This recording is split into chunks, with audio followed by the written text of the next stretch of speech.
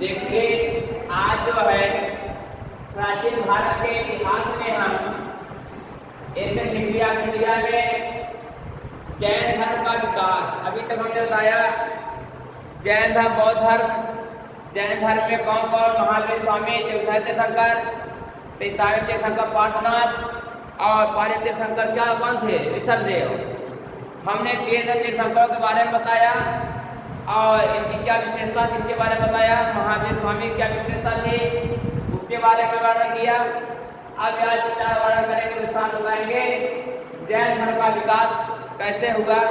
अब मैं जितना पढ़ा रहा हूँ पूरा मैं नोट्स, हमारे नोट्स पर प्रोवाइड है, ये लिखा गया है और आप सब पूरा दिखाया जाएगा।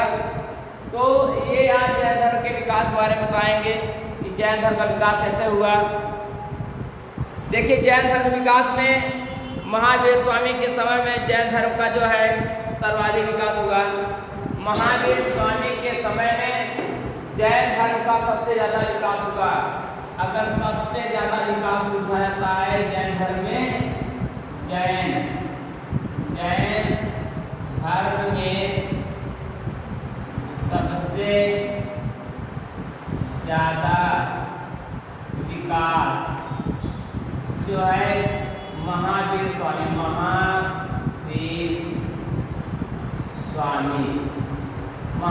स्वामी के समय में ही जैन धर्म का सबसे ज़्यादा विकास हुआ। और नंदवंश के प्रतापी शासक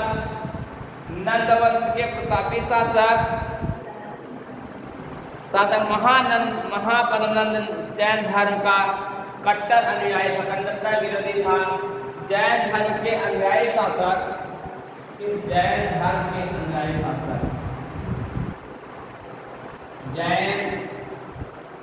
का एक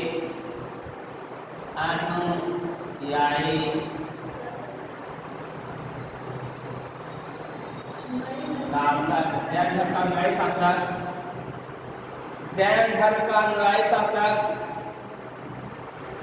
नंदवंश के प्रतापी शासक, जैन धर्म का अनुयायी शासक नंदवंश के प्रतापी शासक और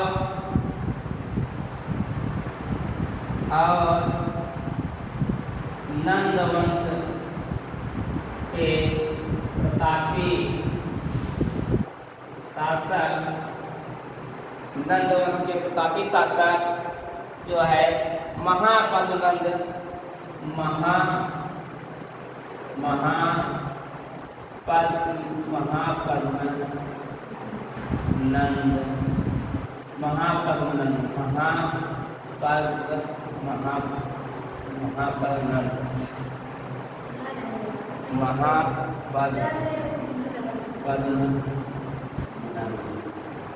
महापद्मनंद ने जैन धर्म का जो है विरोध किया। क्या किया था?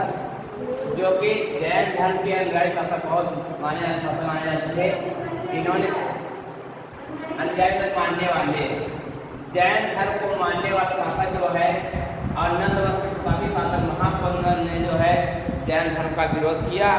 और उसके बाद प्रथम जैन सभा हेडिंग आती है,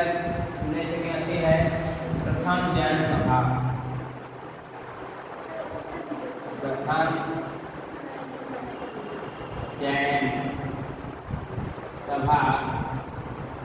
जैन धर्म की प्रथम सभा कब और कैसे प्रारंभ हुई? जैन धर्म मौर्य शासक चंद्रगुप्त मौर्य भी, देखिए प्रथम जैन सभा में जो है मौर्य का शासक जो है चंद्रगुप्त मौर्य था। कौन था? हाँ, मौर्य शासक जैन धर्म के प्रथम जैन धर्म के संस्थापक शासक जो है मौर्य वंश के शासक चंद्रगुप्त मौर्य भी जैन धर्मानुयायी था। क्या था? जैन धर्म को मानने वाला था। जो चंद्रगुप्त मौर्य था ये भी जो है जैन धर्म को मानता था। उसके बाद जो है चंद्रगुप्त मौर्य के समय में जो है ही पाटलिपुत्र में प्रथम जैन सभा का आयोजन किया गया। देखिए जो जैन धर्म का सभा हुआ वो जो है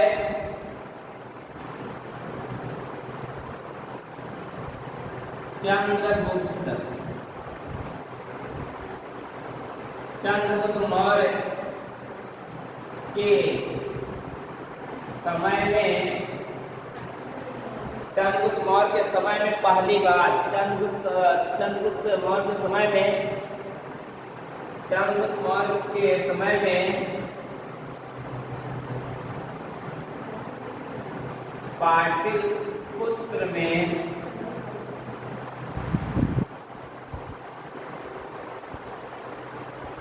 पहली बार सभा हुआ।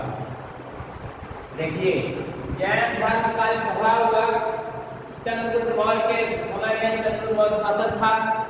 चंद्रगुप्त मौर्य के समय में पाटलिपुत्र में पहली बार यह सभा जो है आयोजित की गई और जिसके अध्यक्ष जो है स्थूलभद्र को बनाया गया। जिसके अध्यक्ष कौन थे?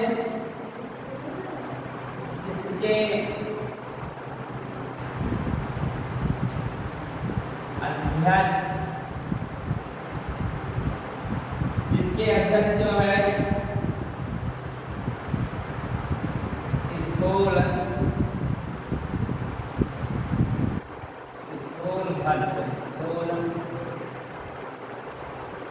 जिसके अध्यक्ष स्थूलभद्र कौन?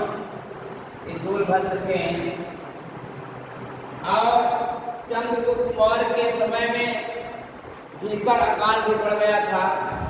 ये प्रथम जनसभा के अंतर्गत जो है जब चंद्रगुप्त मौर्य शासक बना, इसी के समय में जो है भीषण अकाल पड़ा, भीषण सूखा पड़ गया। और जो है जिसके कारण चंद्रगुप्त मौर्य से आचार्य चंद्रगुप्त मौर्य के दरबारी आचार्य थे भद्रबाहु के समय में कर्नाटक राज्य में स्थित श्रवणबेलगोला चले गए। ये जो है चंद्रगुप्त मौर्य कर्नाटक में स्थित अपने आचार्य के पास श्रवणबेलगोला में चले गए और इसलिए प्रथम जनसभा में जैन धर्मावलंबी दो समुदायों में विभक्त हो गया। इसीलिए जो उस समय जो है जैन सभा जो है दो भागों में बटा। जब अकाल पड़ गया, सूखा पड़ गया, जो जैन धर्म मानने वाले थे उन्होंने उन लोगों ने दो तरफ भागे। वहाँ पब्लिक जनता थी तो हम दो भागों में बढ़ गई। इसलिए चंद्रगुप्त मौर्य जो है अपना जो है राजपाट छोड़ करके किसी अन्य जगह चले गए और उसी में जो है जैन सभा जो है दो संप्रदायों में विभक्त हो गया। एक था श्वेतांबर, दूसरा था दिगंबर। कौन से? एक था श्वेतांबर, दूसरा था दिगंबर।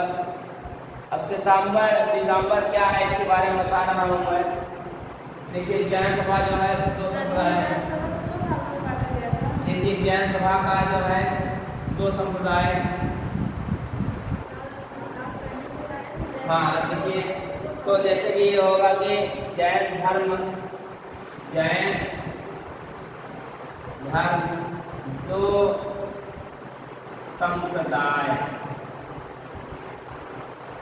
संप्रदायों में बढ़ गए। दो संप्रदाय बढ़ गए। नंबर वन है श्वेतांबर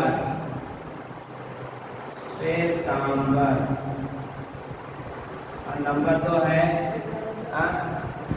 दिगंबर।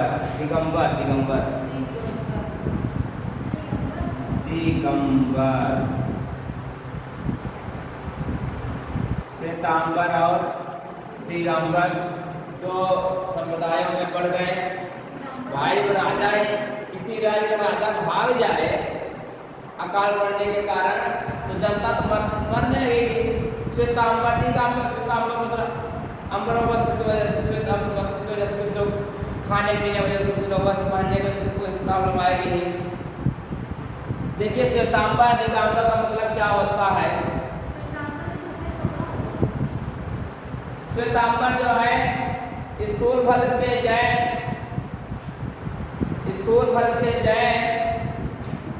अनुयायी श्वेत वस्त्र धारण करते थे। जो स्थूलभद्र के जो है अनुयायी थे, स्थूलभद्र के जो मानने वाले थे, जैन धर्म के मानने वाले स्थूलभद्र के लोग, ये लोग सफेद वस्त्र धारण करते थे। इसलिए इन्हें जो श्वेतांबर कहा गया, क्या कहा गया, श्वेतांबर कहा गया। और दिगंबर जो थे, देखिए ज्यादा दो भागों में बटे थे, एक तो इसमें एक स्थूलभद्र में, एक भद्रबाहु में। कौन? भद्रबाहु। जो स्थूलभद्र के लोग थे श्वेत वस्त्र धारण करते थे, इसलिए इन्हें श्वेतांबर कहा गया। उसके बाद जो दिगंबर जो है भद्रबाहु के लोग जैन धर्मानुयायी बिना वस्त्र धारण किए हुए, ये लोग बिना वस्त्र धारण किए हुए थे, निर्वस्त्र खाते हैं, निर्वस्त्र रहते थे, इसलिए दिगंबर कहा गया। इनके पास रहने के खाने के लिए नहीं था। भद्रबाहु के लोग थे। जैन धर्म में दो लोग हुए, भद्रबाहु और जो है स्थूलभद्र तो थे। स्थूलभद्र के लोग जो है श्वेत वस्त्र धारण करते थे, इसलिए श्वेतांबर कहा गया। और भद्रबाहु के लोग जो है वस्त्र धारण नहीं करते थे, इसलिए निर्वस्त्र रहते थे, इसलिए क्या कहा गया, दिगंबर कहा गया, दिगंबर कहा गया। इसके अलावा जैन धर्म को अनेक शासकों ने संरक्षण दिया। उसके बाद जैन शासक जो है जैन धर्म को अनेक शासक, अनेक राजा महाराजा आए, संरक्षण प्रदान किए, उनकी रक्षा करने का दायित्व लिया। जिसमें अशोक का पौत्र संप्रत जैन धर्मावलंबी था, जिसमें राजा अशोक का पौत्र भी आया था। जो राजा अशोक का पौत्र मतलब बेटवा का बेटवा, नाती, ठीक है। राजा अशोक का पौत्र जो है वो भी जो है आया, संप्रत जैन धर्मावलंबी था, जैन धर्म को मानने वाला था, जैन धर्म को मानता था। कलिंग के राजा नरेश खारवेल भी कट्टर जैन धर्मानुयायी था, ये भी कट्टर जैन धर्म को मानने वाला था। उसके बाद खारवेल के हाथी गुफा वेद में जैन धर्म का वर्णन मिलता है। जो है खारवेल के हाथी गुफा लेख में जो है वर्णन मिलता है, जैन धर्म का वर्णन मिलता है। जो जैन धर्म से संबंधित प्रथम अभिलेख की साक्ष्य माना जाता है, जो जैन धर्म से संबंधित प्रथम अभिलेख की साक्ष्य माना जाता है। उसके बाद पूर्व मध्यकाल में राष्ट्र के शासक इंद्र चतुर्थ या और अमोधवर्धक भी जैन को मानने वाला भी था। उसके बाद गंगवंश के शासक राजमल चतुर्थ का मंत्री चामुंडा राय ने 774 ईस्वी में कर्नाटक के श्रवणबेलगोला में बाहुबली की मूर्ति बनवाई थी, जो गोमतेश्वर की मूर्ति के नाम से जानी जाती है। देखिए जाया गया गंगवंश के शासक, गंग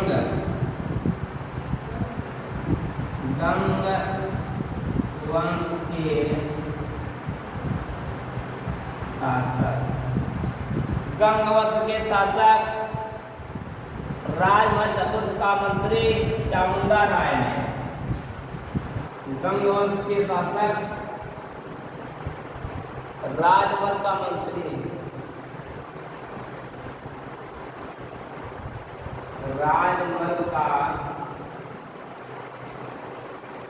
मंत्री चामुंडा राय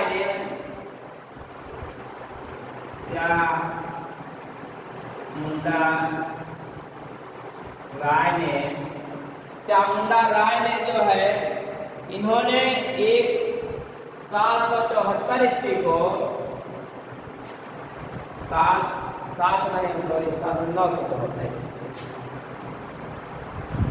974 ईस्वी को 974 ईस्वी को कर्नाटक के श्रवणबेलगोला में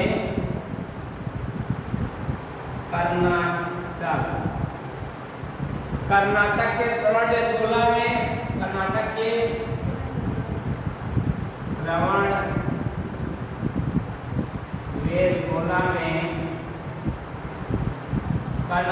श्रवणबेलगोला में चामुंडा राय की मूर्ति बनाई। श्रवणबेलगोला में बाहुबली की एक मूर्ति, किसकी?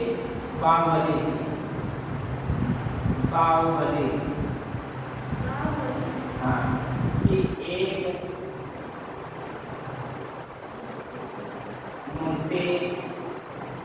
बनवाई है, ये मूर्ति बनवाई। बावड़ी की मूर्ति बनवाई है जो आज मूर्ति है। ठीक, हाँ, आज जो गोमतेश्वर की मूर्ति के नाम से जानी जाती है, बावड़ी जो मूर्ति बनवाई है वह जो गोमतेश्वर के नाम से, गोमतेश्वर की मूर्ति के नाम से जानी जाती है। जो गोमतेश्वर की मूर्ति के नाम से जानी जाती है। वर्तमान में गोमतेश्वर मूर्ति के नाम से जानी जाती है। बावड़ी मूर्ति बनवाए थे वह वर्तमान जो है गोमतेश्वर की मूर्ति के नाम से जानी जाती है। और यह मूर्ति लगभग 70 फीट ऊंची है। कितनी फीट ऊंची है? हाँ, लगभग 70 फीट ऊंची।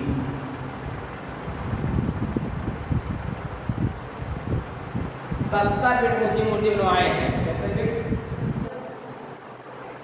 70 फीट ऊंची मूर्ति बनवाए हैं लगभग ये लोग। सोचिए कितने कर्नाटक में है ये। पहले बावड़ी नाम से जाना जाता था, वर्तमान में गोमतेश्वर के नाम से जाना जाता है। जो आज वहाँ पर्यटक आते हैं टहलने, यह 70 फीट ऊंची मूर्ति है। 70 फीट काफी होता है। उसके बाद ये गोमतेश्वर की मूर्ति जो बावली की। चालुक्य वंश के शासक जय हिंद सिद्ध राजा और कुमारपाल ने जैन धर्म को संरक्षण प्रदान किया। इन दोनों के दरबारी कवि हेमचंद ने जैन धर्म, कौन? इन दोनों के दरबारी कवि हेमचंद ने जैन धर्म से संबंधित पुस्तक प्रविष्टि प्रवर्तन नामक ग्रंथ की रचना की। उसके बाद है सोलंकी वंश के शासक भीमदेव। सोलंकी वंश के शासक भीमदेव के मंत्री विमल शाह ने राजस्थान के माउंट आबूदर दिलवाड़ा के प्रसिद्ध जैन मंदिर का निर्माण करवाया था। उसके बाद आते हैं दिलवाड़ा का जो जैन मंदिर जो है पूरी तरह से संगमरमर से निर्मित है। जो दिलवाड़ा का मंदिर बनाया गया है जैन धर्म में, वह जो पूरी तरह से संगमरमर से निर्मित है। पूरी तरह संगमरमर लगाया गया है उसमें।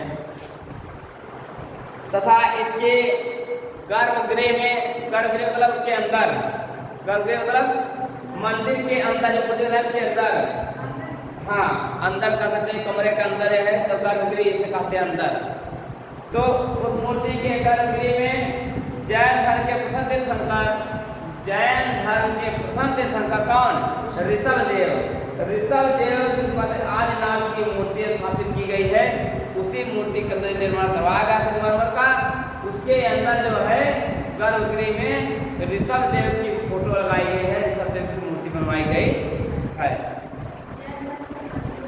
हाँ हाँ, दिलवाड़ा था कहाँ पर है बता रहा हूँ। ये जो है दिलवाड़ा का जैन मंदिर पूरी तरह से जो संगमरमर से निर्मित है और यह जो है राजस्थान राज्य में स्थित है। कहाँ? राजस्थान राज्य के दिलवाड़ा में जो है मंदिर बनवाए, दिलवाड़ा का मंदिर बनवाए गए हैं। पूरी तरह संगमरमर से निर्मित था, जिसके गर्भगृह में जैन धर्म के प्रथम तीर्थंकर ऋषभदेव या पार्श्वनाथ का, ऋषभदेव या क्या बोलते हैं, ऋषभदेव का एक नाम और है ना, आदिनाथ। ऋषभदेव या आदिनाथ की फोटो जो है उसी गर्भगृह में बनवाई गई है। द्वितीय जैन सभा, उसके बाद आता है द्वितीय जैन सभा आता है, आज खत्म हो जाए। द्वितीय जैन सभा, द्वितीय जैन सभा आता है।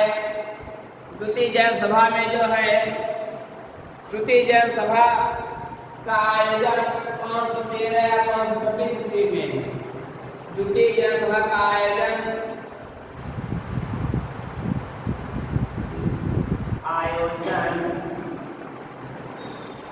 513 या 526 ईस्वी में 513 या 526 ईस्वी में वल्लभी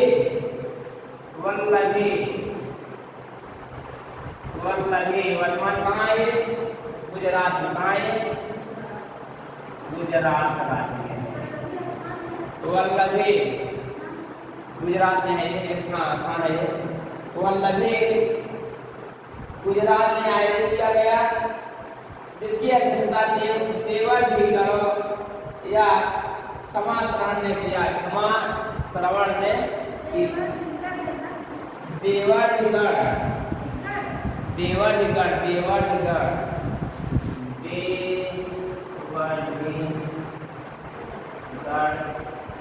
या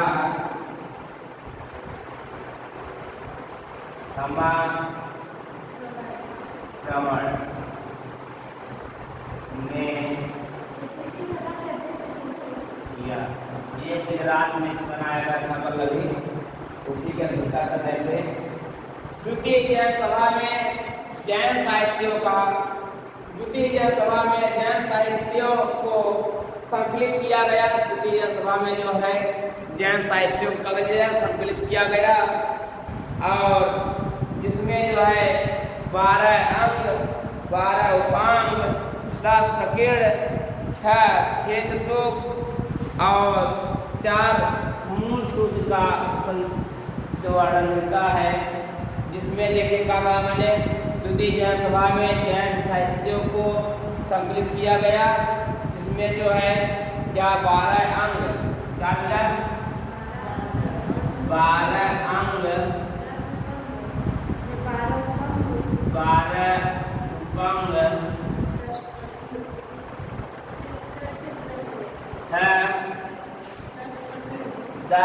10 प्रकीर्ण थे। 10 प्रकीर्ण और 6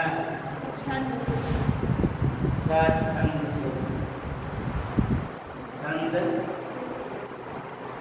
सूत्र और 4 जो है 4 मूल सूत्र, 4 मूल सूत्र का वर्णन मिलता है।